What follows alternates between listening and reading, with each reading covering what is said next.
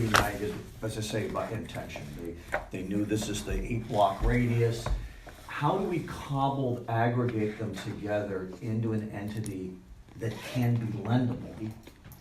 So, I hear everything you say, and I understand, not as well as Adam, but I understand that the real estate market is nuts at best. It's, you know, a 1,000 square foot box for $700,000-800,000 doesn't make sense in the real world. It is Southern California. We don't need to talk about that. We all know that. Yeah. Mm-hmm. So what is of biggest concern to me is the fact that when going to the table asking for a loan, we have to present ourselves in such a way that a non-entity would say, I'll take the risk. So in saying that I'll take the risk, there are extremes from forming a non-profit or a corporation all the way to being an individual borrower. But when we present your package, we have to say, here is a entity, whether it's individuals or an legal entity, that is lendable. Otherwise, the bank, whether it's Bank of America or Chase, or whether it's ABC Corporation from Orange County, or whether it's a bunch of rich guys, when we bring an investor to the table, we have to show to them or demonstrate to them that you are going to pay them back every month. That's all they're interested in. They just want their money every month. They don't want your house. They don't want to take that. That's like too much legal cost.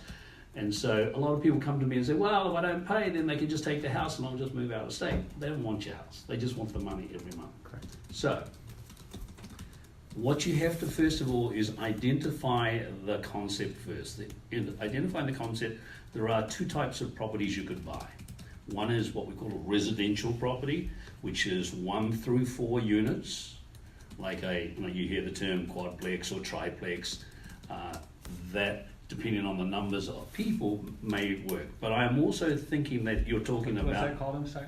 They're called units, but they're called a duplex, triplex, or quadplex. In other That's words, what I had in mind. 2, Right, 3, because or the 4 lending is, he'll say, the lending, for better or for worse, changes at 5 units and greater. Oh, okay. So just know that that is a threshold. It's not a crossable threshold, but it is a threshold in lending. Right. And the price normally changes rather drastically going from 4 units to 5 units, because a 5-unit property is typically an investor building. The investor's going to go in, they're going to put a coat of paint on it, they're going to put some new kitchens in there, and they're going to rent it for $3,000 a month. Right? So those properties are, and this is up to Adam to coach you on the fact of where the price differential is. What I can tell you from a lending standpoint, going to 5 units will have some complications on one hand, and then on another hand, it may actually work. I'm not saying it will, because again, the rules are different. What I can tell you, if it's 4 units or less, and if there are 4 couples, and each one is going to use one of the units as their primary residence, then the lending criteria will become a little easier, all right, because it is what we call Fannie Mae and Freddie Mac guaranteed. It's what we call an agency loan. We can have certain criteria that will make it happen for you. I could almost promise you, if the numbers look close or good, then you'll get yourself a 4 unit. If it's 5 units, it's going to be more expensive in transactional costs, and I can't guarantee anything. It may or may not happen. Okay. Plus, from my standpoint, the loans are different. On a commercial property, 5 units or more, typically the long-term loan on that would be a 10-year loan. On a 4-unit or less, we will be talking most probably a 30-year loan. 30-year loan in that it's the fixed interest rate, fixed payment for the next 30 years. If you guys can afford to go on it on day one, you'll most probably be fine throughout the whole transaction. Where in a commercial property, some loans are 5 years, some are 7, some are 10, depending on who we can gather to the table. But in 3 years, 5 years, 7 years, or 10 years, you're going to have to do another financing So those transaction. are radically different amortization schedules, balloon payment, the whole. Yeah. Right. It's about investors, Okay. You know, and given, which is, again, not to say let's put that completely out of bounds, but thinking of you guys as a population, and I'm not entirely different than you, which is that I have income spikes, Okay. right? You know, What are the? I mean, to say, I What does can that have, I can have a very good year in terms of my income, mean? followed by a very poor I year, gotcha. followed by 2 great years, followed by 2 bad. Fluctuates, yeah. So what is, so in my own borrowing, what I, you know, I'm aware of this. And so I'm mindful that if I do go for some sort of short-term product, financial product, something that's gonna, you know, where I know at some point in the life of my holding of the asset, I'm gonna need to refi, I realize that it may come in a disadvantageous moment for me. In other words, my income, it I may see. dovetail when my income is at a low ebb, and that's gonna complicate the It plummets you refinance. down, yeah, Right. yeah, it hinders you. So Adam mentioned a refi. I do not believe what I know about artists and about the story you're telling me. You do not want to plan to go into the property looking to refinance down the line. You want to go into the property having a 30-year projection, not a 5-year or a 7 or a 10-year, because you'll become unstuck. I guarantee you'll become Yeah, unstuck. yeah. Because at that time, interest rates may be through the roof, I see. or Like I said, it'll dovetail with when you have that slow year and Yeah. 5 students leave, and you'll be, oh my gosh, now my 2-year average, rather than being 40,000, is 23,000, and it creates a whole different lending profile for you. Okay. Yeah. So are you suggesting that a 4-unit or less is where you're focused at the Yeah. moment? Because I also believe that the more people are involved, the slower making decisions will happen. So I think four people will be, 4 families will be great, depending on who's ready, you know? Right. Okay. So let's stay with the 4-unit property. It will be a Fannie Mae or Freddie Mac product. There are some rules and regulations on that, which I just need to point out at the very beginning.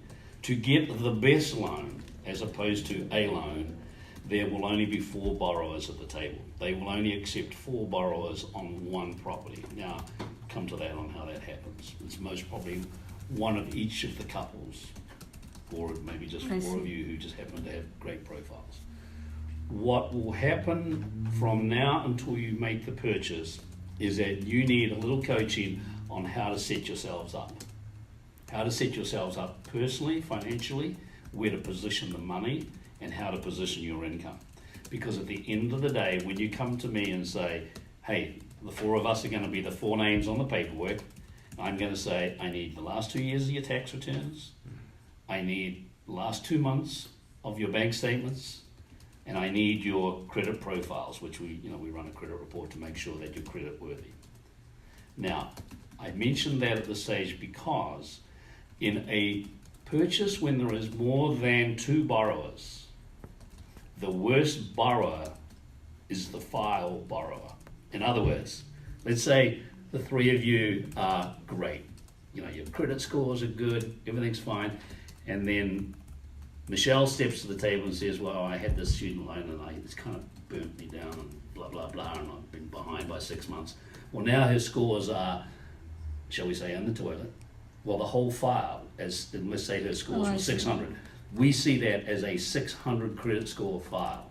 I see. So you're as weak as your weakest link. Yeah. You are as strong as the weakest link. Yeah. Okay. Yeah. So, what I'm saying is that when you guys work out what you're going to do, you need to work out a timeline, and at that stage, you need to massage your personal financials to a position where you have never looked better. Credit scores, money in the bank, income.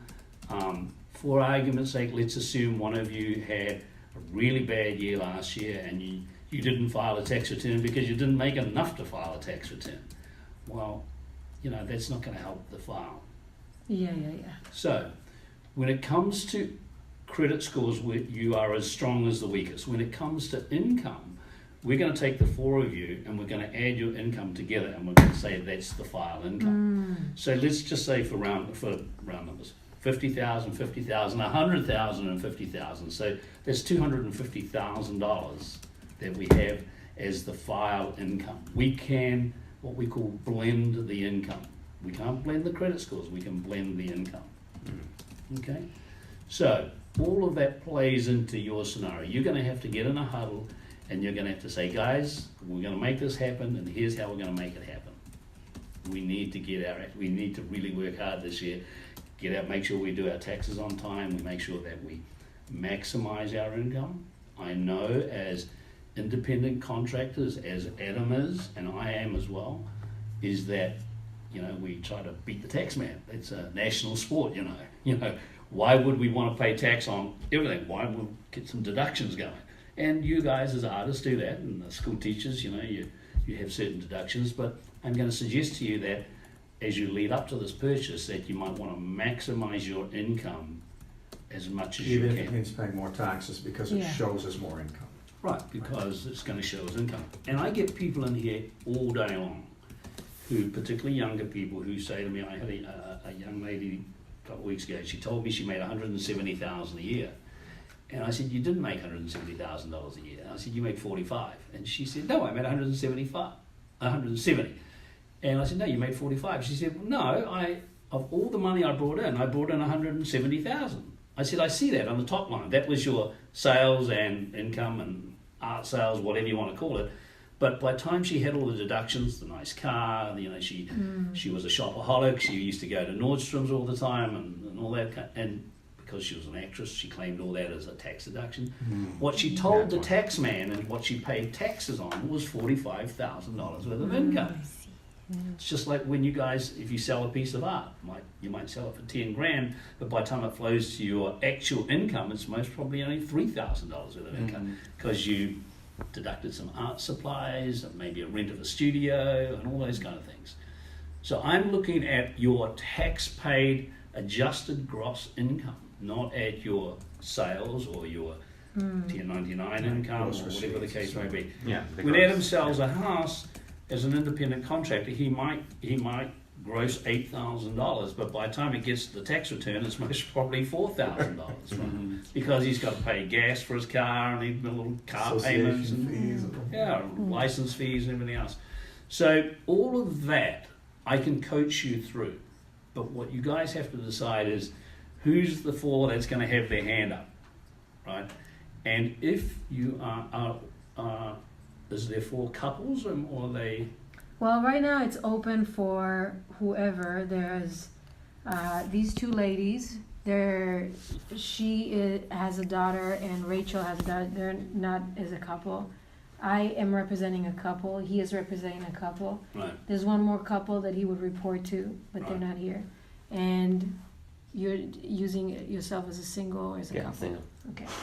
Right. So the question then, in the couples, are they in partnerships or are they in marriages? He's married, the other couple is married, and I'm married.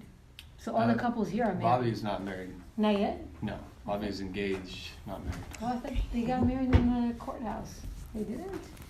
Unless you know something I don't. No. Very possible. Good for him, so- Which is Talk us possible. through the difference. There's really not a lot of difference other than the fact when you vest the property or when you use bank accounts. When I say vest the property, if the 4 people are going to be let's assume the 4 of you are going to be on the loan, well then the 4 of you must have your name on the registration of the real estate with Yeah. the city, right? Those 2 Well, must be the title. connected, right, Mhm. on the title. Vested property, and what was the other one? You said the difference was in vested property and... In how you vest, which is sort how of the you form in vest. which you take title. No, what I said was on the bank accounts. For argument's sake, if you are married Mhm. and you put a bank account into the file and it's got both your names, then that's fine. Okay, If you are not married, then that becomes a problem because legally, if you default on the loan, they can't go after the other person, right? right. Mm. Because actually, if you're not married, if they want to be on the deal, they have to bring that's another person on the paperwork. So the married couples have a joint income, as opposed to if you're not married, you have separate incomes. Yes and no. Okay. Yeah, that's a tough question. First of all, from the asset standpoint, because we're going to have to put cash into the transaction, right? It's joint, absolutely joint. Okay. Married. When it comes to income, we're looking for the strongest 4, right? And no, you can't really, if you are W-2 employed and your partner or spouse is W-2 employed, we can't count that their income because they're not on the paperwork. I see. But if you're filing joint and I am on the on the title, then it takes into effect our joint income. No, There's no way. no, it doesn't actually. It will only take your income. But we're going to have 4 incomes. Okay, but our tax returns are filed joint. No, but your partner or spouse at that stage is not on the loan document, right? So we can't use their income, but we can use their assets. So It's a when, quirk in the lending business, right? Mhm. See, let me explain why. Typically, a husband and wife will come to me and they'll say, you know, we want to buy this house, we want to borrow money, but my husband got into a spot of bother with his business and his credit scores are trashed and he has no real job right now. And we say, that's fine. If you have income and you have great credit scores, we can keep your husband off the paperwork. We don't see any of that. We do see the bank accounts that they've both got their names on, but we can't use his income. Reality is he doesn't have any income. Mhm. But how would you see that on the tax return? Because we're filing joint. Yes, but if you're doing a Schedule C, it'll itemize what you're earning. Oh, I see. Okay. It's in the tax return. Trust me. Okay. Yeah. As long as you can see. Okay. Yeah. So for me, like if I am on the title and I need to report more, no deduction, all that stuff, I have to demonstrate that full, like if I need to borrow 200K, so I need to show 60,000 in earning, undeducted, blah, blah, blah, for the year without my husband? Well, if you're self-employed, we have to, first of all, if you're self-employed as an independent contractor, we have to average your last 2 years of income. Yeah, of course. So if you had a bad year, then a good year, that's good because your income's going up. Mm. If you had a good year, then a bad year, then we only look at the current bad year, right? Because in lending underwriting, we see it's called straight line downwards. In other words, if you were here in 17 and then you were here in 18, Yeah. we assume you're going like this, I Yeah, see, I see, I decline. see. right? Straight. If you understand simple math, it's a bad way. But if it's going up, then we can take the average of the 2 years. Basic economics, yeah. Yeah, basic economics. So it's Okay, so so if I need to report more, I personally need to show more. So once you add my husband's income to it, it means I have to pay even more taxes to not if appear. you're filing jointly. It depends how you're filing. If I'm filing joint, If you're filing jointly, I'm not a tax accountant, but if you're Yeah. filing jointly and you're both self-employed, yes. you need to have for that year to help build your income if you're going to be on the paperwork, is that when he does a project, that you ask them to pay it to you rather than to him, Okay. because it's going to make your income. From a tax standpoint, I it'll be see. the same. It'll be the Yeah. same. Yeah, because- it's the same aggregate income. For a joint yes, return. yes, yes, yes. Right.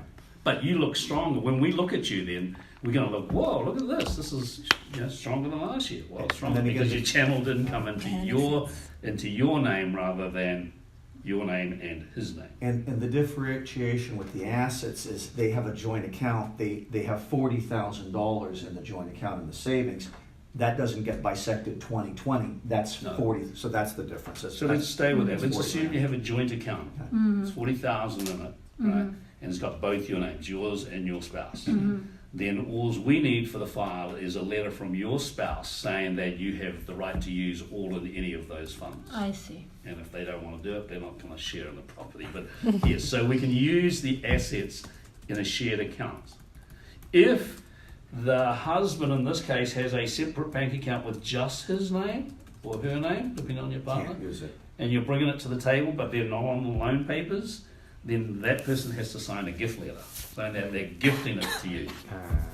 Right? It's similar like a Or card. the spouse, a gift is fine, as much gift as you want.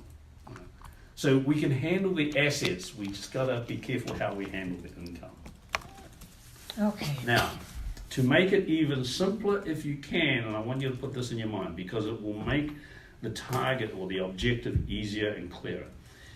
If you're talking $1 million, I would suggest you, if you can, a 20% cash into the transaction will make the deal happen All of us together. together. It doesn't matter if the two of you actually accounted for 18% of it and the two of you only accounted for the other 2%, because we see that as blended assets, right? And that's very common. One partner has a lot of assets because they were given the assets from their family earlier on, and it's still in their name. Regardless of income, or still with all the stuff that you You could have mentioned? $1 million in the bank and you have $40,000 income. There are no questions, because for all we know, you got it because you sold a big piece of art 5 years ago, or you happen to have a family member who loved you so much they gave you some money, or your grandma died and gave you. Okay. We only look at your last 2 months worth of bank statements. And I'm going to ask you during the process to manage your bank accounts. No strange money going in and out. Okay. What do you mean by, okay. Let me talk about strange money. It's what we call unexplained income. So you give us your bank statement and we see, well, this is a case that I had just recently. We had a young man and his wife there. He had anywhere between $1,000 and $3,000 going into his bank every 2 weeks. And it just looked odd because it was always a counter deposit. He took the money, he went to the bank, and he deposited it over the counter. So I said, the guy happened to be a young county prosecutor working for LA County. I said, you have to explain to me the money, because I'm looking at your last 2 bank statements and this money going in odd money every other 2 weeks. He said, oh, that's easy. I said, well, okay, tell me about it. Well, what happened was his father had, this is like last season, and if you followed basketball, you understand, his parents had 4-seat Laker seats, and the parents just wanted, they're done with the Lakers, they have an awful year. Gave them to the son, and they said to the son, you sell them and you can keep the money, right? It's kind of, we're going to help you with your house. So what he would do, he'd go on StubHub and other places, and he'd sell tickets. If they were playing if they're playing a poor team, he might get, $200 a ticket. If they're playing a great team, he might get $800 a ticket. Helping. Yeah. So that's why the numbers were like this. So in the end, we got a receipt from his dad when he paid for the season tickets, 4 tickets, right? We got a letter from Dad saying that he has gifted his tickets because of the bad season the Lakers are having to his son. Fine, was all explained. This is something you have to explain to the bank, or this is a legal thing that you have to? It's 2 things. It's both legal under the Some of this is Patriot Act stuff. Yeah, Some of it's Home Patriot Act Security. stuff. Yeah. Oh, wow. Homeland Security. We are required, and we hate this because we are required under our license with the banks and being a licensed bank ourselves, that any unusual deposits we're supposed to report.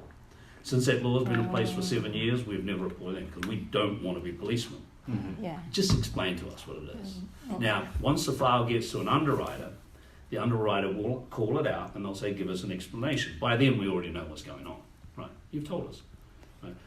The other complicated one, which again, you most probably experienced this, a young couple, they bought a house and just through the transaction, there was all these weird deposits from all over the place, and they got married actually in the December, and that they were buying the house in January. And what it was, they got a lot of cash gifts from relatives, Asian, right? A lot of Asian people give their family, when someone gets married, they'll give them a check for $500 or $1,000. Yeah, it's pretty typical. Yeah, like the, So they would get all these checks and they'd deposit it, and it would be an $8,000 deposit. yeah. And then they'd do another one, it would be $500. And so I said, okay, well, I get it, I get the story. We got through the situation because we produced a marriage license and we wrote the letter and we had something in the file. It's very often, it's explainable away. What I'm going to suggest to you is that you guys avoid that up front, because it only takes one of you to have, $10,000 deposited, then $8,000 deposited, which doesn't look like income, and because an old college mate, had an old bet with you years ago and they finally came clean with it, or you happen to have some big winnings at Santa Anita and made some money on the horses and you don't pay tax on your gambling. There's complications, but just try to keep it clean. So if there is going to be a funny money deposit, let's get that out of the way before we enter into that 2-month period. Right. So we'll have a Or lead bank, up it and in, it's or like, bank it in a different bank account for a while, and then drip feed it back to yourself. okay. So if for example there is going to be some family contribution, what's the best way to handle such a thing? If, Or between roommates or between some kind of, if you have gift funds coming to the table, family money, all right, That is 100% acceptable as long as they're a blood relative. You tell me it's a blood relative, it's blood relative. You know, we don't all have the same names, and a lot of your blood relatives don't have the I same see. name. But if your name is Ashkenazi and their name's, you know, Chang, then someone's going to go, But in a court of law, it would take someone pretty brave to say you're not related. But it's not going to happen. They just, when they write the gift letter, will give you the template, and you will say, I am Jimmy's uncle, and I am gifting to him for the purchase of this house at this address the amount of $85,000. Done.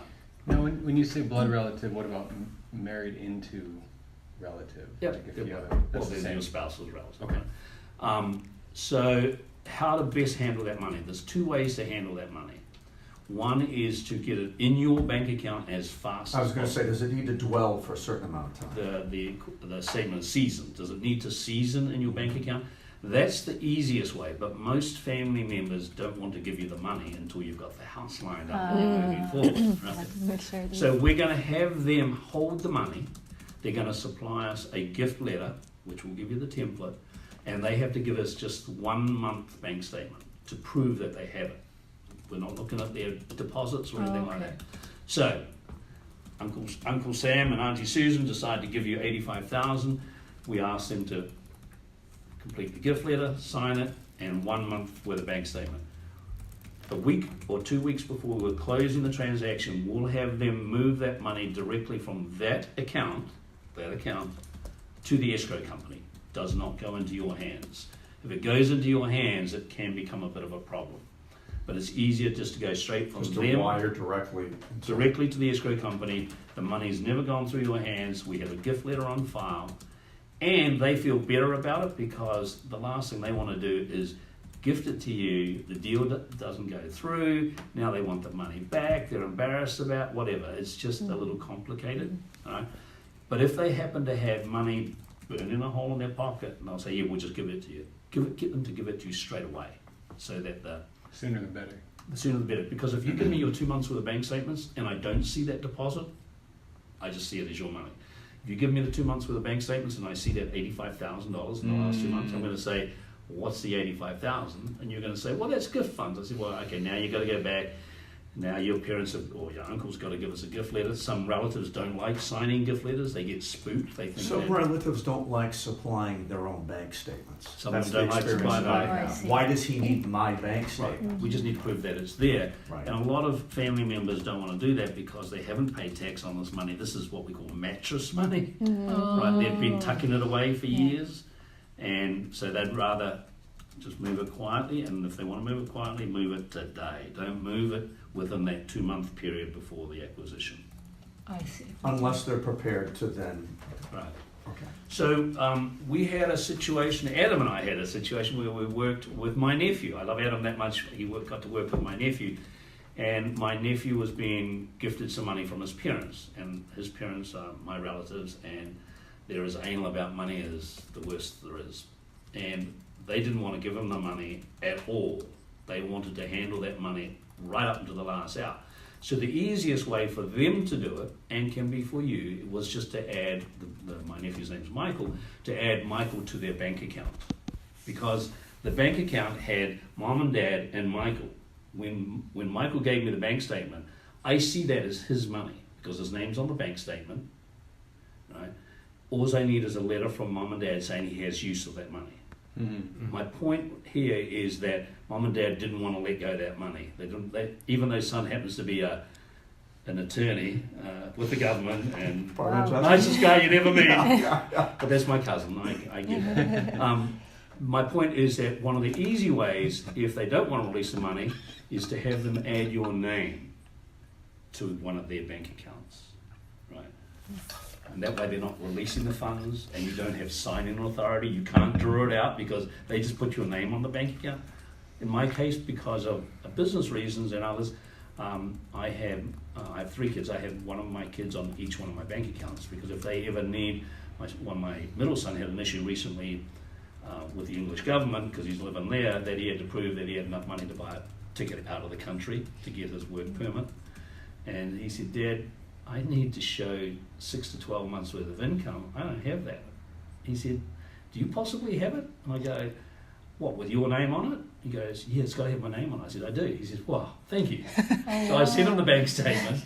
They rubber stamped his work permit, and he was fine because he had to prove he had the means to get out of the country, get a work permit in the UK. So you would have, let me get this straight. So it's not that your parents would have their name on your account, it's that you would have your name On on their the account. parents' account. Right. Okay.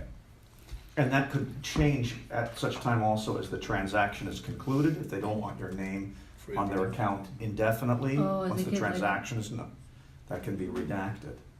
See, Okay. what that does is a lot of parents or relatives feel good because your name's on the account.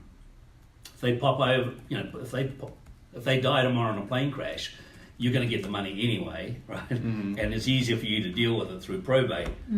But you don't have use of that account because you don't have signing authority. You can't go down to the bank And draw the money. and draw the money out because the bank teller's going to say, yeah, your name's on the account, but you don't have signing authority. You need signing authority here in this case too? No. Oh, you Oh, don't? we don't know. We don't know whether Okay. you have signing authority. We just have that bank account with mum that and dad and you give me the bank account. And also, I'm going to say to you, I need a letter from your parents saying you have use of those funds. And they'll say yes. Okay. So a lot of that is the coaching that I get to give you as we go through the process. And the process is called pre-approving you or pre-qualifying you.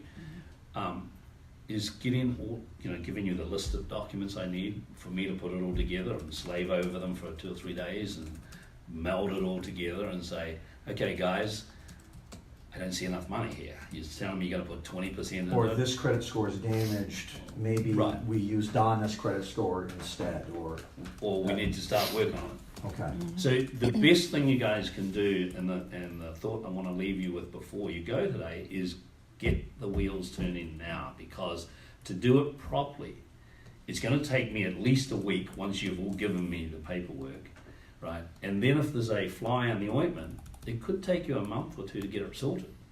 Some odd occurrence on a credit report, something that needs to get worked out. It happens all the time, Adam. Of course it People does. like yourself, if you got kids, you went to the doctor did their thing, you thought, oh, we never got a bill from the doctor. Ah, we don't care. That's right. And all of a sudden the doctor's office screwed up. They didn't get paid. They never sent you a bill, but they sent it to collection because that's what they do. Doctor's office do that. Really? I thought that usually medical stuff never ends up hurting your credit score. I've heard that from a hospital There has when been- I didn't have insurance. I would say that's absolute bullshit. Because I Really? see it, Yeah, I see it all day long. We see it, I see it every day. yeah. right? I've heard some. Shocked. No, Unpaid I've heard medical some. debt, yeah. Mm. And here's why, because there is enough legislation out there where people have tried to fix that, particularly with medical. But if you go to a doctor and they screw up, because it's not you, it's they screw up, they sent the bill to the insurance company because that wasn't part of your coverage. They send it back to the doctor's office. Now a different person's handling it, right? They send it to some address which they think they've got for you. You never got it. They get it back. Their job is to immediately send it to collection. They get 60 cents on the dollar. They're paid. They're out of the deal. Now you're dealing with a collection company. You don't even know about it, and your credit scores are going down. But if your Happens credit all score, day. if your credit score is high, then everything is pretty much fine, right? There's no like something that's gonna come up, like. I mean, going forward, unlikely, but it gives him an opportunity to look the credit scores over, and he's right, every so often we find some stupid unpaid magazine subscription or something that's Oh wow. dragging somebody's credit score down 20. But if you have your hand on the pulse as far as your credit score and you see that it's good, then great. it usually is good. It's not something that's gonna come up as like, oh, it's gonna, they didn't see it. I saw it now as the mortgage, blah blah Right. blah. Right. Okay, all right. Yeah, that's No. it's unlikely. I push all my prospective clients to do their credit report. Let us do your credit reports as soon as possible, because if they're great, move on. If there's something on there, it's time for you to do something about it. So, the horror story this month, just finished, was a lovely lady. She's a professor at a local university. And she thought her student loan was in forbearance. You understand what a student Yeah. loan in forbearance? Because she's a teacher. Yes. She thought it was in forbearance. What does that mean? I don't Yeah. understand that. It means basically your loan is on hold, It's like a and if you deferral. serve so Yeah. many years of service, they're going to knock a little bit off every year. I see. So she had over $200,000 worth of student debt because she was a college professor. She was her loan was in forbearance. Anyway, we ran her credit report, and I said, that $200,000 student loan you told me about, it's actually $245,000, and they haven't been paid for 2 years. She said, no, but it's in forbearance. I said, no, you think it's in forbearance. You might have filed the paperwork, but the world sees you in arrears. And her credit scores were literally in the toilet because she wasn't paying $3,000 a month to her student loan. So she's since taken care of it, and she bought me a nice little gift because and I came clean with her and told her what's going on. She had no idea. Most people don't have any idea at all that things bad are going on. The other one, which happens on your credit report, and I don't want to dwell on it, but it happens, is that some fraudulent activities happened on your file. Yeah. Okay? If you're one of my kids or one of my nephews and nieces, you have your credit profiles frozen because then no one can jump on it. So we'll talk about that in another conversation, but you should really have your Experian, Equifax, and TransUnion credit bureau files frozen. Okay? Because if some bad guy gets your social security number and they try to open an account at Best Buy, Best Buy won't be able to access your credit profile because it's frozen. Therefore, that guy standing at the counter will be declined. But I happen to see it again all day long, every week, that people have had their credit profiles compromised through fraud. It's an awful part You of have to do society. it through each agency? You should absolutely do each agency. I'll tell you why. When you go to Best Buy to open an account, they may only send your file to one of the agencies. You're hoping that's the one you've got frozen. Then you go down to the tyre company and you want new tyres for the car, and they said, well, open an account today, we'll give you 20% discount. You go, oh, okay. And they might go to one or the other. You don't know. Not everyone goes to all three agencies. So yes, you do need to do. Okay, that's In fact, that was dinner conversation last night because friends of ours, their son just got compromised in his credit report, and he said, or Dad said, he was pissed off because he actually had frozen one of them. I said, really, one of them? What? Now you've reduced it to 60%. It's not 100%. 100%, yeah. Okay. Graham, wildcat question, not to contradict anything that's been said, but is there any loan product out there where you can put more than 4 entities on Yes, title? there is. So we're talking about the best deals in town, the Fannie Mae and Freddie Mac products. I have a lender who will lend you, assuming you qualify, if you want to put all 8 names, but understand that the interest rate's going to be higher. And give us a sense of how much higher might it be? Typically 1% higher, Okay. right? Is that crazy? Like, Well, it's not crazy for a lot of people if they really want to move forward in that shape or in that configuration or in that entity. But what goes with that, with these second tier or third tier lenders, is a higher interest rate because they're taking a higher risk, right? Because they can't do anything with that loan. They can't take it to Wall Street and sell it. It doesn't have a secondary market. They could go to a secondary market. But they're also not going to have a 30-year fixed rate loan. oh, They're only going to have a 5 or 7 year because they want in the deal and they want an exit plan. Their Oh, I exit see. plan is you're out of there in 5 years, or the interest rate's going to okay. adjust enough that they are okay to stay for another year, Then it's because it's better. going to adjust every year thereafter. Okay. And that's assuming you stay with that loan. You may want to refinance out of the loan if you can. Not something I recommend, But at such time as you refinance out of the loan, you're likely gonna have to go into a 4 lender, and you're gonna have to, you won't be able to then subsequently, you'll have to organize yourself as a 4-person entity, Yeah. correct? most Right. probably. Yeah.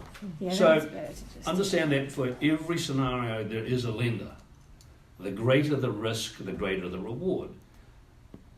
For argument's sake, I have a file on my desk right now where we're not putting tax returns on the thing. We're only putting the last 24 months of bank statements. It's called a bank statement loan, where we're confirming to the lender that this person makes the money through her just by analysing her bank statements.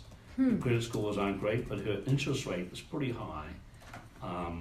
But the reason she's happy with, and it's a 5-year loan, the reason she's happy with it, Dad is really very, very sick, and Dad has a significant house with about $5 million, which Dad has already said, when I die, this gets divvied up between you and your sister. So she was happy to borrow, in this case it was $1.2 million, at pretty high interest rates. But it got her into the home, it was less rent than she's paying, and it got her into the home that she was renting. And she has an exit. The exit is when Dad dies, and Dad is not gonna, in fact, I heard that Dad's really pretty sick right now, but and this is like 3 or 4 months ago, but she's got an exit plan. If you don't have an exit plan, you may not want to go to a second tier or third tier lender because there's a catch somewhere. And the catch basically is in 3, 5, or 7 or 10 years, something happens, there's a trigger, right? If they organize themselves in an LLC, this is difficult because then essentially they're looked at as, we've talked about this before, right? Is an LLC with no history is a baby. So you've talked about maybe forming some kind of business entity. Whatever is gonna make us more competitive, I'm asking, I don't know. The best way is to come to the desk as individuals. Okay. Close the transaction and then transfer the ownership of the home, because the lender doesn't care once the deal closed, transfer the entity of the home into that LLC where you are all partners in the LLC. If you bring us an LLC which is basically less than 2 years old, and you're saying that this is the borrower, and it has no financial records, No history. no history, we're going to say, no thank you, we have to go find a second or third tier lender. And that second or third tier lender, the interest rates are going to be up, and you're all going to have to sign personal guarantees anyway. Yeah. Right. Now, if you bring to the table an LLC that has been a landlord for more than 2 years and has money in the bank and has shown that it knows how to be a landlord and performs well as a landlord, then we'll work with it. In other words, if you were the person loaning the money and someone bought you a brand new LLC with 8 members, no trading history, you're most probably not going to loan them the money. Right? So the same applies. Yeah, it's like he's going to take the risk. It's like, you're investing into something in blank. And the last thing the bank or the investor or the lender, the last thing they want to do is go to court and spend 3 to 6 months spending money on legal fees, which you guys will end up ultimately paying just to get through that veil of an LLC. Right? Okay. But you can, and it happens a lot in our world, that once it closes, you can move the property by by deed either into a trust or into a LLC, which was all very legal and okay. The lender basically doesn't care so long as they get their payment every month. If they get their payment every month, they don't care.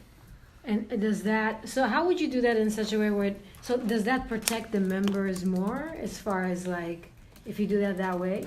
I mean, dissolution is going to be a complicated issue, like we've discussed before.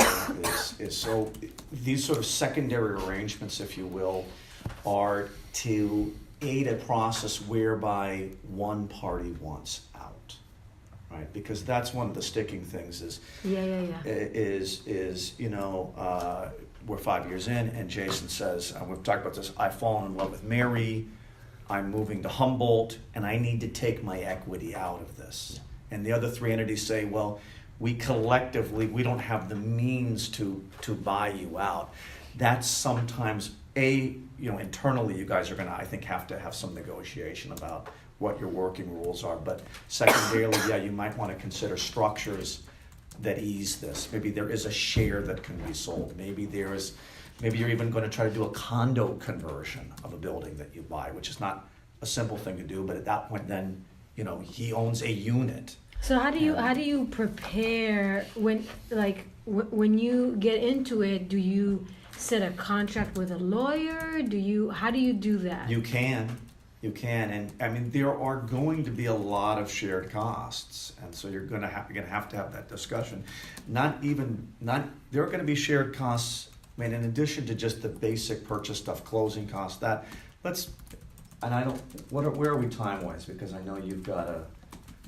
Okay. 41. I have to be walking out the door by 5 after 5. Sorry about that, guys. All right. No problem. That's a prior arrangement. That's all right. This is a big 4:41. can of worms, and I didn't want to open it and then have to. So let's imagine that we find a fourplex that you can agree. You can agree on this. Okay, this fits our price profile. This is more or less the radius that we're looking at. It satisfies us locationally. And let's even imagine that you can agree on Melissa gets the downstairs rear unit that's unimproved, and you get the upstairs corner unit, which has a view. You can work through all that. The fact that these are 4 unequal units, but you can kind of say, there are going to be challenges relating to the circumstance of the purchase, because if we're in City of Los Angeles, if we're in Santa Monica, Beverly Hills, likely not options. West Hollywood, not an option. But we're going to be doing, we might be dealing with rent stabilization ordinance, in which case, even though you guys can legally displace a renter, they're going to be due relocation monies, and that amount is going to be various, depending on how long they've been there, their age, whether they have a physical disability, and that can run between. Rarely is it as little as $7,500. That's somebody who's been there for a year or less. More commonly, Wow. it's $13,000 to $20,000, Wow. and that cannot be financed. That's out of pocket. That is what I'm sorry. That Paul, is Steve. that is relocation money to a tenant that you would displace in order to occupy a unit. And what we have to understand is that fourplexes are never sold vacant. I mean, it's almost never. Yeah. Sometimes we're going to find a building where a unit is vacant. And so you guys are going to have to say, even though Jason is moving into the unit that's vacant, he has to share in this collective pool of, we've got to pay these other 3 people to leave. You know, and one of them might refuse to leave, and now you've got to forcibly evict him, and you've got a real estate attorney, and there are going to be costs there. And that's- Simon, you're going to simultaneously be paying rent, and you're going to be leaning on them, saying, "Hey guys, I'm paying mortgage because my process is longer. You guys are all moved in. I'm still trying to get Right. you know, Hernan out, and like I need a pool here to help me because I'm making payments on both ends, Right. and I cannot." So all of these are going to be challenges. And is there, from the top of your head, is it just, is there area or a city that is without that problem? There are, but they all have different all the municipalities have different rules, and they have different Okay. rules on noticing. So, for example, some require, and of course the leases might be different. It might be a building everybody's month to month, okay, but there might be a lease in place which could be enforceable. Right, so maybe again, 3 of you are in, and Simon is going, well, okay, I'll be in after this guy moves out, but again, I'm paying rent now and mortgage, guys, I need a little help. Or it might be, again, in a municipality where it's a 30-day noticing, or it might be 60. You may end up closing, and there's still a period wherein you can't move in. And okay, we've got 2 sets of costs here. We're all still paying our rents, but we've got to be paying a mortgage as well.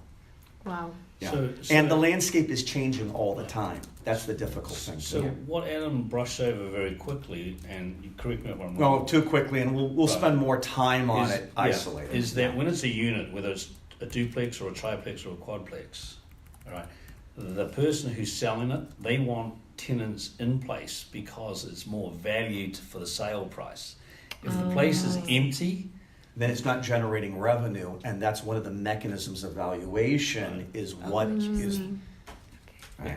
So what we'll see often is a unit being delivered vacant, more so in duplexes and triplexes and quads, so that one might consider owner occupancy, but this sort of scenario is less frequent, and multi-unit occupancy is very rare for the reason that Grant. now if you understand from a legal standpoint, if 4 of you are on the loan and 4 of you are on the title of the property, then you have the right to evict the tenant.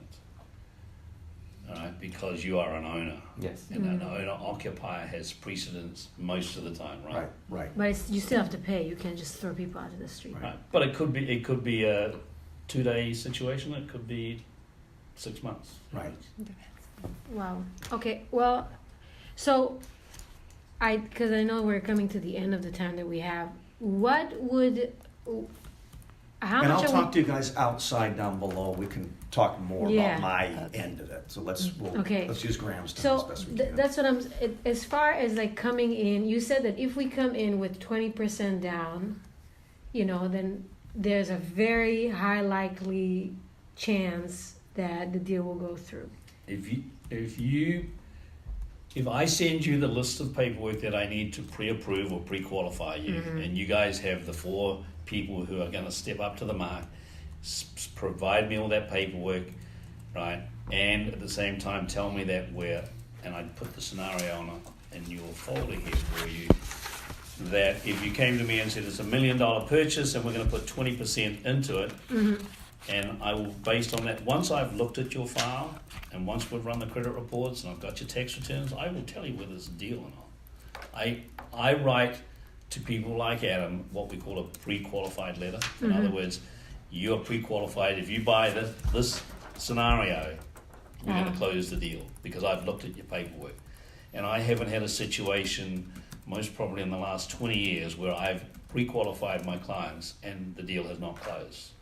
I did have one many, many years ago. Fortunately, something in the tax return that yeah. wasn't totally disclosed, and Yeah. I didn't quite see it. But anyway, that's very rare. So we're talking about people coming into the table for, like, let's say $1 million building, something along the lines of each family coming in. For people, $50,000. Is that right? Well, it might be disproportionate. How it depends. One of you Yeah, might have but in more. average. But yes, for $1 million, 20% is $200,000. If there's four people on the line, then basically come to me with $200,000. Are there loans available for lesser amounts if they can only cobble together 10%? Yes and no. Yes, there are loans available to you for less than 20%, but understand several things. The interest rate's going to be higher, the closing costs are going to be a lot higher, and you're going to have to qualify for a larger loan. Here, if we can qualify for an $800,000 loan, doesn't mean There's less that you income can. that has to be shown, right? Yeah, but it doesn't mean you're going to qualify for a $900,000 loan. So understand, the more you borrow, right, then once you pass 80% loan to value, then the numbers change. Your closing costs will basically double. Whoa, And double. well, because now what happens is all the government agencies are sitting there with their hand out. Plus, you may end up with mortgage insurance.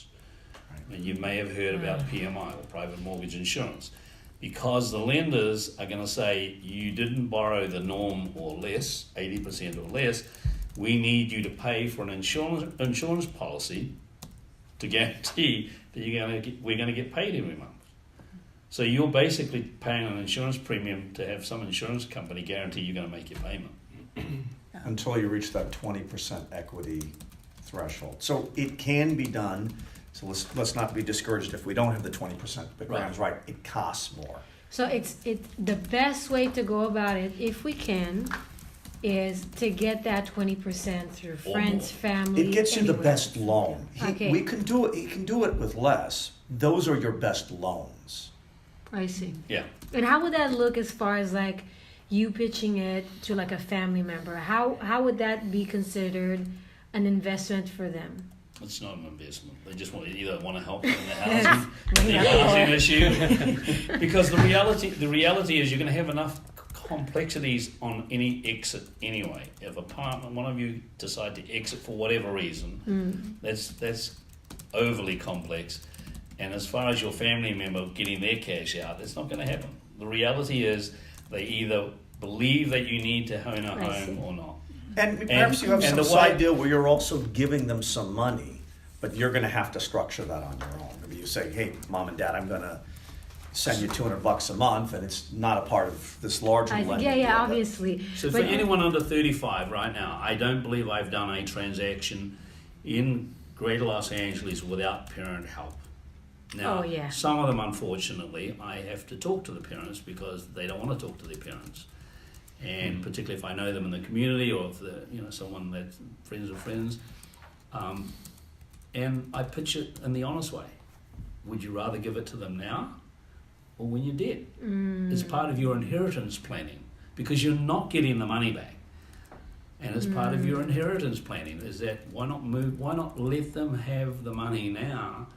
This is assuming they've got the money, Yeah. you can structure something, though. You can structure. I've seen people they've structured things with siblings.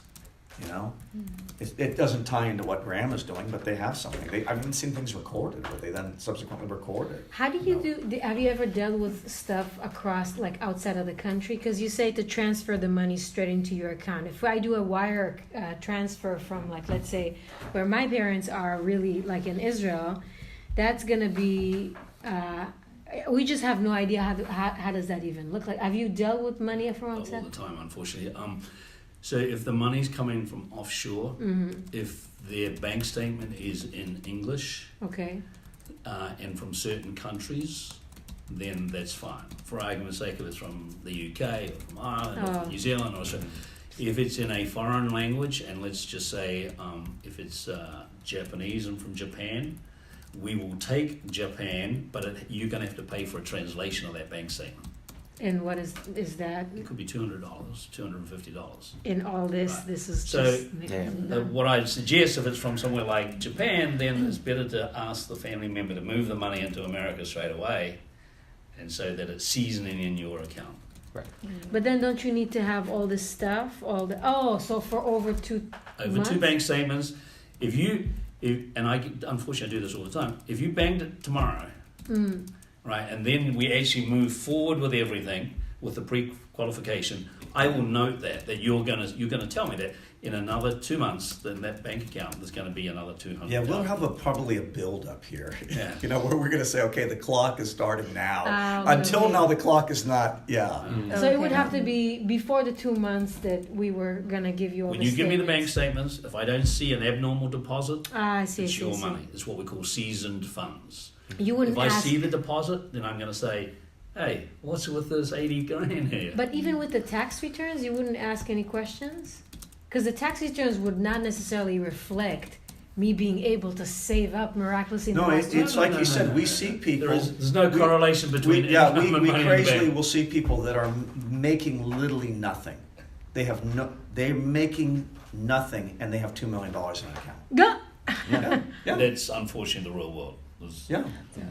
Sitting there doing nothing. Yeah. Wow. Some people come from good families. There's that No, too. I wouldn't say good families. They come from wealthy. Well, there's been a circumstance. There's been some. Yeah, grandma's died, or I have a lot of clients who have inherited a lot of money, because when grandma dies today, and if grandma comes from Southern California, her house is worth $1 million+.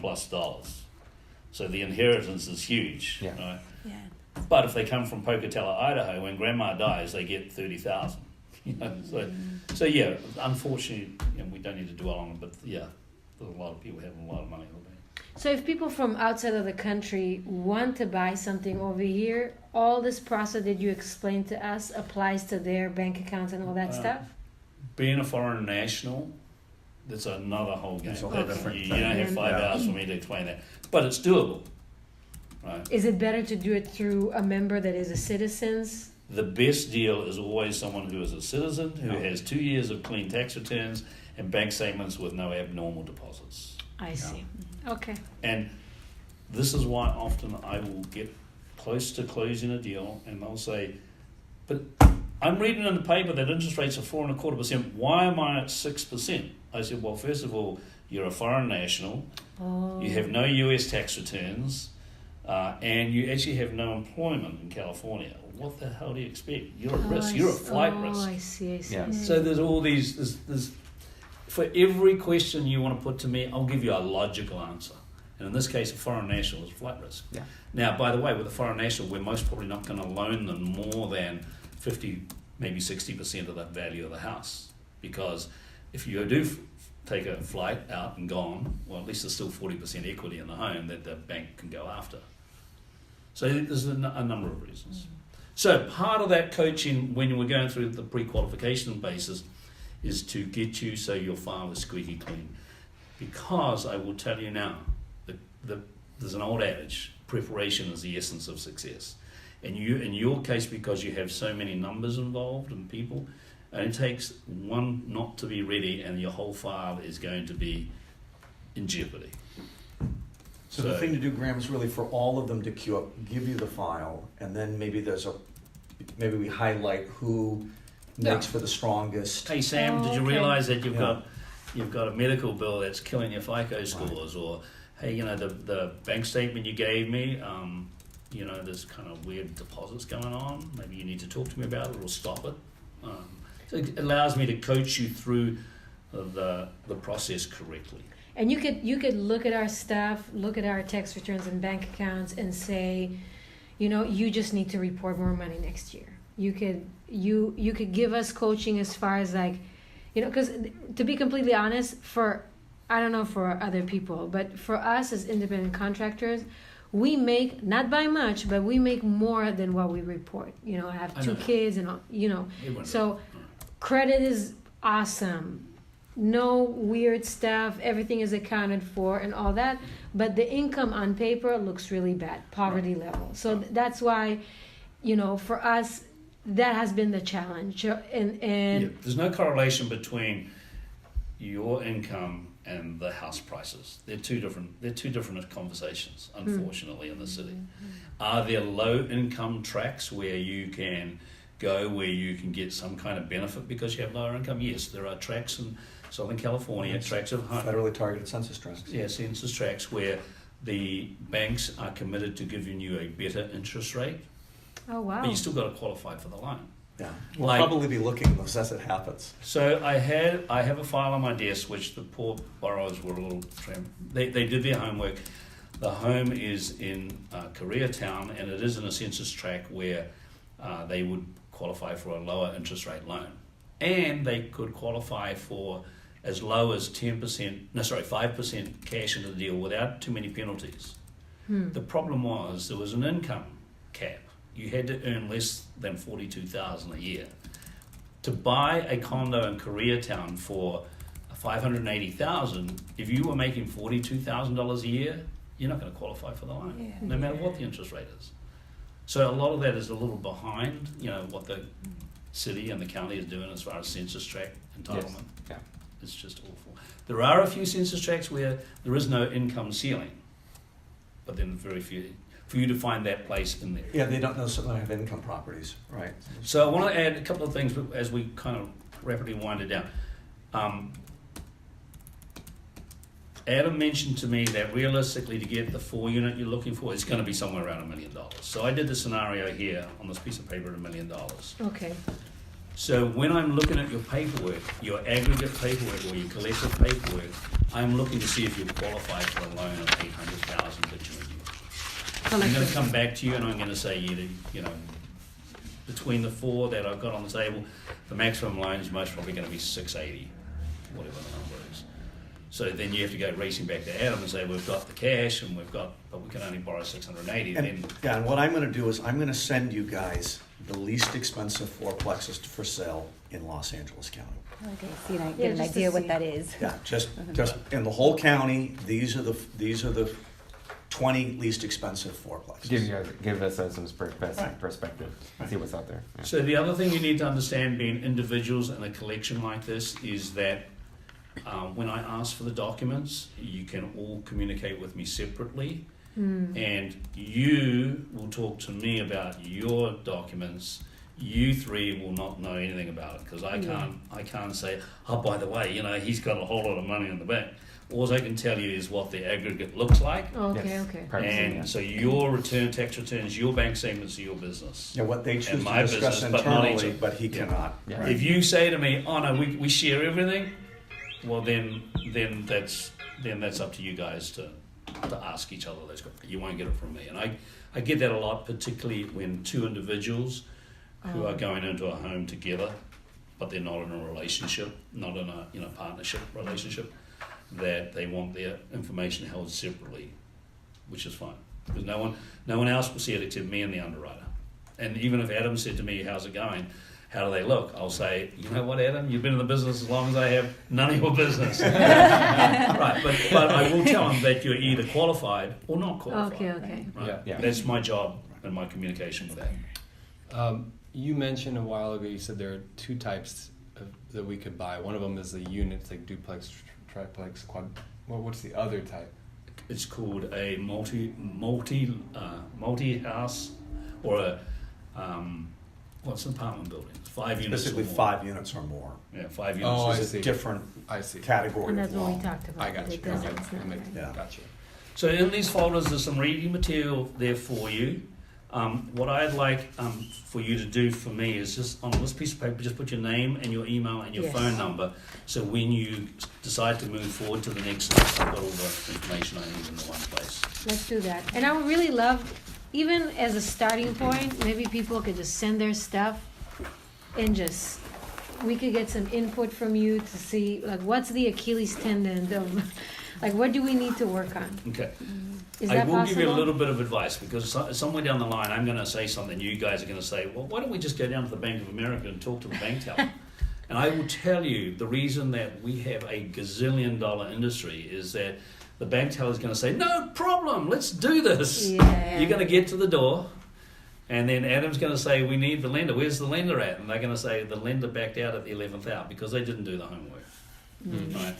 And the At which reason- time you've got a couple $1,000 already in costs spent on an inspection or an appraisal or other, So rites of passage. working with a direct lender or a mortgage broker or a mortgage banker like us for the type of file you're having, whether it's me or whether it's someone else, work with a mortgage broker or banker. Don't work with the retail because just so you know, we will get our money from the same place. It all comes from the Yeah. same place. It's all how it's sold to you. But my phone every Monday morning, without fail, is at least 1 or 2 phone calls where someone will call me and say, remember me, I'm Danny's buddy? And I go, oh, I haven't seen Danny for ages. Well, I'm halfway through the process. I took it down to the Bank of America. They said it was yes, yes, yes, yes all the way along. And they've just told me we're like 10 days from closing, they told me they can't do the deal. Well, or they're shoehorning me into their product that doesn't necessarily speak to my larger need, but it's what they sell in-house. Yeah, we're licensed with over 35 different lenders and investors, including the Bank of America and Chase and Wells Fargo and all those people. So we're just better professionals. And we're But gonna yeah, get it done. you're able to shop the broader marketplace. Right. Yeah, no, I think I can speak for myself, but I'll be really interested to know what are the options. Because at least when I talked to Josh, which is another guy that you connected with me, it felt like there was no hope. Well, there But may not be. that was back in the day. Right. You It know, may our not be, credit but is at better. least you need to prove it first before you Or walk at away least from tell the me idea. what I could, this was back in the day. I think now our situation, there's more savings, our credit is way better. And it's just, for me, it's just the level of income and I wonder what's available. And if you could give me that kind of advice to let me know, like, listen, you need to report more or you need to, for me, if you could give us that kind of, that's my pen. Oh. You could give us that input, that would A be little great. guidance. Yeah. so it's let's kinda talk like- about why I'm sitting here, right? Because you're going to go outside and say, well, what a nice guy, he told us a lot of stuff, but he didn't tell us how much he's going to charge us for all this. Because of the relationship I have with Adam, and we've known each other for a lot of years, and a lot of other real estate agents and lawyers and accountants and business managers that I work with, these guys are my lifeline, right, for business. So there are no charges up front. Okay. When we close the transaction, and no time before that, then we're going to have our hand out for about $1,500.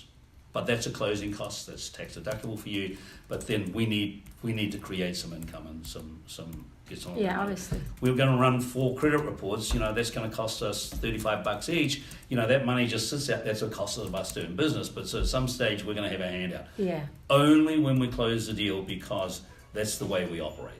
All right. You could go to another mortgage broker and they'll say, "Yeah, absolutely happy to help you, but it's $800 upfront for an application fee." Oh, wow. Yeah, And again, it happens. because of the relationships that we work with and I work with, that I can't close. I can't do that to people. We've got rent to pay here. So Yeah. Time and effort, and then it's just like, it's yeah. Is that a fixed rate, or does it change depending on The side of the sales of the house or something? No, Oh, it's okay. fixed whether you buy a $300,000 place or a $3 million Oh, okay. place. It's our The work is still the same. fee is the same. Okay. Right. Oh, closing fees are the same? Oh no, No, No, okay. just not that- the- that- there's a just whole that side. just our charge. Okay. their charge. Yeah. Yeah, it's like a rate. It's just like the appraisal. When you have the property appraised, they're going to charge you a certain amount of money, but that does change with the more expensive homes versus the less expensive. Title company, title insurance, theirs are Escrow, based on yeah. the price, escrow based on. We just charge one number because it's actually for us. It's actually less work doing a $5 million loan than it is doing $1 million. Wow. Well, we get to talk to their accountants and lawyers, and there's no back and forth. Oh, I It's just, see. Yeah. you call the accountant up and send me the tax return. They email it over that afternoon. You got 2 tax. So that's the reality of our business. That's safe to send all this information via email? Like tax It's up to returns? you. It's up You to can deliver it to us by Dropbox or any other a secure way, or you can email it to us, or you can send it by Federal Express. Adam had Yeah. a client a couple of weeks ago where she was really paranoid about that, so she delivered the paperwork to Adam, and Adam drove round to my house and gave it to me Oh, by hand. wow. In person, So yeah. it depends on So your we can do that. perspective. Yeah. I can tell you we have a secure website. Like we have, we've not been breached for at all. But some people just have paranoia on how you deliver that, and that's your business. Yes. But I would tell you that Dropbox, which is a typically high use one, it's a great way to deliver it secure way. Okay. Okay. Graham, you gotta get All going. right. We don't wanna Okay. ruin your It's next my best appointment. friend's birthday, and, Ah, there's that. Sunday. Yeah. and Thank I'm you so behind the much. booze, so I got to show up. That was very clear. But good explanation. Do, I'm very do we want a thankful for cut all now? that. Does somebody want to take mine to give to Oh, no, here, this is yours. Rachel? This is or- yours. This is okay. yours. Yeah, I'll Okay. take this, yeah. Okay. All right. Nice to meet you all. Yes, My thank you. grand-